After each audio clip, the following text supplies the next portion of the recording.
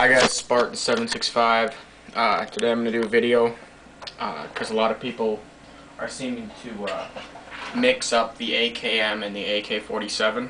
This happens to be an AKM, that stands for Automat Kalashnikov Modernized. AK-47 stands for Automat Kalashnikov Model 1947. Now the AKM is true a variant of the AK-47, but the actual AK-47, well, the actual first AK-47 did have a stamped receiver, but in 1951 they switched to milled up until about 1961 because there was some problems with the guide rails here in the ejector snapping off with the welds on the original stamped units. Today, if you own a stamped original unit, it's worth thousands of dollars, upwards of $8,000 because they're so rare to find. But we're going to go over the primary differences between the AKM and the AK-47 today.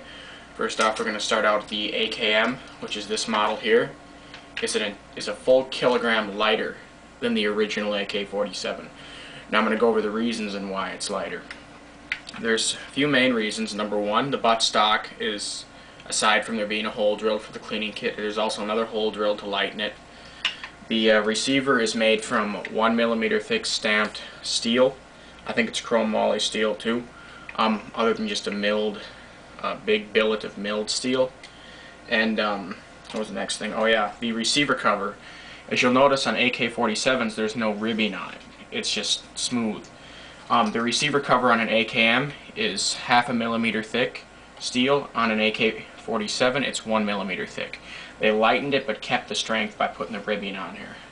Another thing that doesn't contribute as much but still contributes to the weight is the difference in the gas block. The original AK-47 gas block was much more bulkier and much thicker than this gas block that's on here right now. It doesn't equate to much. It's about, I'm going to say 10 grams. You know, probably more than that. Probably about 20 grams of weight. There's a difference, but it's not too terrible. Another difference is, this has nothing to do with the weight, but the way that the gas port, the gas tube is made. On an AK-47 there will be holes drilled in the side of the gas tube to alleviate extra gas pressure. On the AKM there is no holes, but the holes are drilled in the gas block instead of the gas tube. The original AK-47 had a Type 1 bayonet, which did not have a bayonet lug right here. It slipped over and then clamped on behind the gas block right here.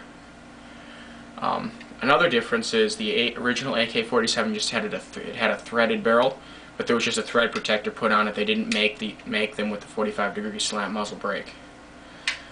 Another difference is on the AK-47, the sights are only graduated from 100 to 800 meters. On the AKM, they're 100 to 1,000 meters. Another thing that was introduced new to AKMs was the side scope mount, the side rail mount. This was introduced on AKMs because they saw a need for something other than iron sights, such as night optics from like the 1970s. That's what this was primarily designed for, was night optics. It wasn't designed around red dots or anything back in the 70s. It was for like I said, night optics, thermal stuff, big bulky shit that weighed like, you know, 2-3 kilograms, big huge fucking scope in there. Another difference is in the the fully automatic AKMs, which is obviously everything but civilian models. The AKM has what they call a hammer retarder, which is the device that when the trigger is pulled, you can see it's unloaded. When the trigger is pulled, the hammer is going to go forward. The bolt, it's going to hit the primer. It's going to go back, and instead of the hammer just immediately following the bolt forward, there's something called a hammer retarder, which literally what it means is it retards or slows the movement of the hammer until the bolt carrier is fully closed. Then it releases and hits. And you'll be holding the trigger down and that'll go. It's just so.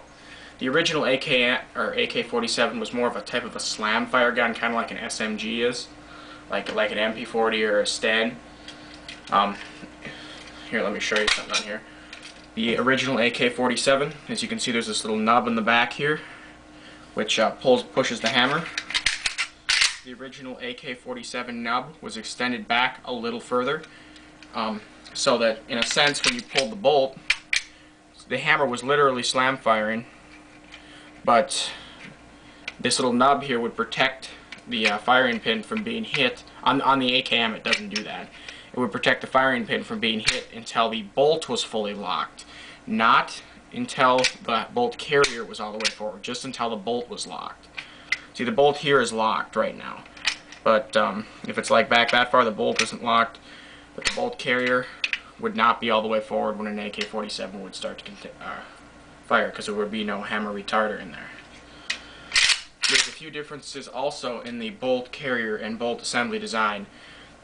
Please keep in mind that both the bolts and bolt carriers are fully interchangeable. There's just some weight lightening stuff that they did on the bolt and the AKM, like they made some parts of it thinner. It didn't really sacrifice any strength or anything. They did something with the metals. I don't know exactly what, but they did make it lighter, a little bit lighter. Other than that, that's pretty much the primary differences between the AK-47 and the AKM.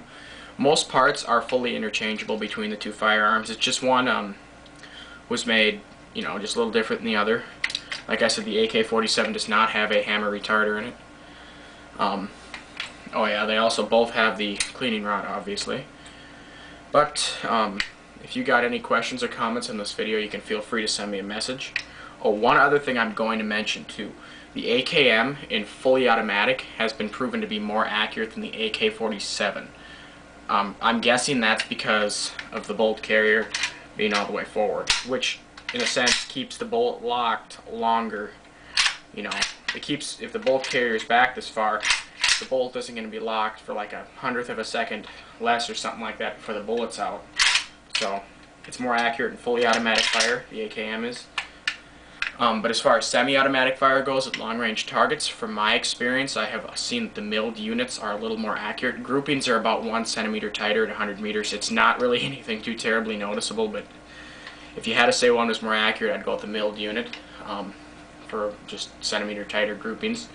But this here is pretty accurate. This is a Lancaster Arms with a match grade barrel in it, so this is more accurate than the standard milled units, but this is kind of a custom one. So. But you guys got any comments or questions, I'll do my best to answer. Any technical info on any AK variant. Here's just an overview of it.